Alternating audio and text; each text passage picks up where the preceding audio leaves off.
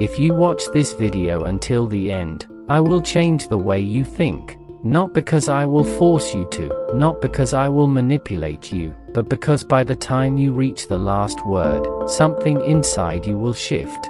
You will begin to question things you never questioned before. You will start to notice patterns you've always ignored. And once you see it, you can't unsee it. You are not as free as you think you are. You believe your thoughts belong to you, that your opinions are the result of logic, experience and careful analysis. But that belief, that certainty, that's the first illusion. Let's do an experiment. Think of one strong belief you hold. It can be anything, something you are absolutely sure about. Now, I want you to imagine someone, somewhere in the world, who believes the exact opposite with the same certainty as you. Someone who is just as intelligent, just as experienced, just as convinced that they are right and you are wrong. Now ask yourself, why do you believe what you believe? What led you to that conclusion? Was it your education, your family, the media you consume, the books you've read, the people you surround yourself with? How do you know that the belief you hold so strongly wasn't simply placed there by forces you never even questioned? Most people think they have arrived at their conclusions logically, that they have built their worldview on facts, on evidence, on truth. But that's not how the human mind works. Your brain is not designed to seek truth. It is designed to seek comfort, familiarity and confirmation. And this is where the first trap begins. Imagine you are in a room with two doors. You are told you have a choice. You can pick either door. It feels like freedom. But what if I told you that both doors lead to the same place? That no matter which one you choose, you are still walking into a controlled outcome. That is how your belief system was built. From the moment you were born, you were shaped by what you saw, what you heard, what you were taught. Your culture, your environment, your experiences.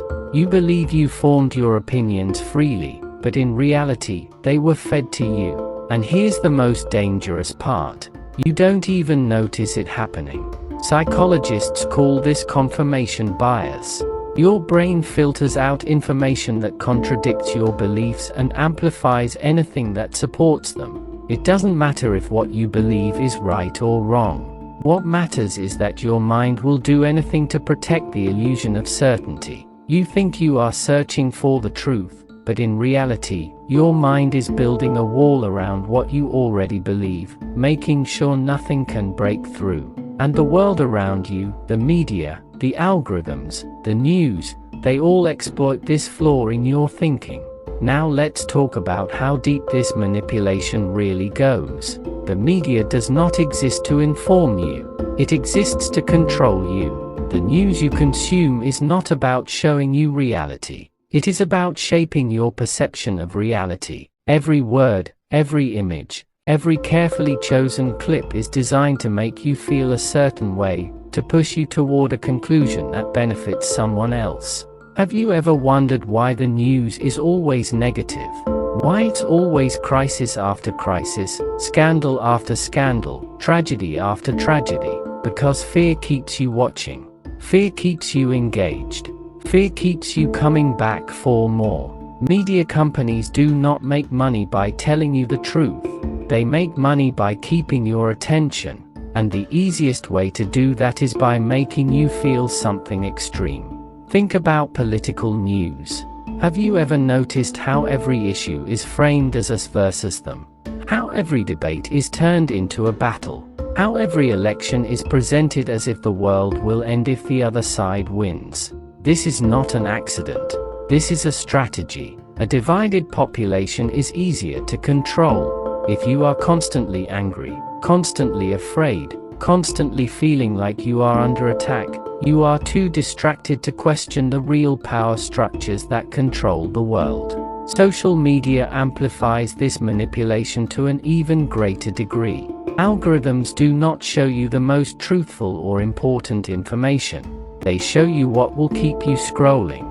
And do you know what keeps you scrolling? Outrage, controversy, emotional triggers. Studies have shown that people are far more likely to engage with content that makes them angry than with content that makes them think. This means that platforms like Facebook, Twitter, Instagram, and YouTube are not neutral. They are actively shaping the way you see the world by feeding you the most divisive, most extreme, most emotionally charged content possible. And this goes beyond politics. Think about the way news is reported on crime, on health, on war, on science. How often do you see balanced, nuanced discussions? How often do you see stories that present both sides fairly and let you make up your own mind? Almost never, because that would not be profitable. Instead, you are given a version of the world that makes you feel overwhelmed, powerless, constantly on edge. Because a fearful, anxious, divided society is easier to manipulate. But it doesn't stop there. The entertainment industry plays its role as well.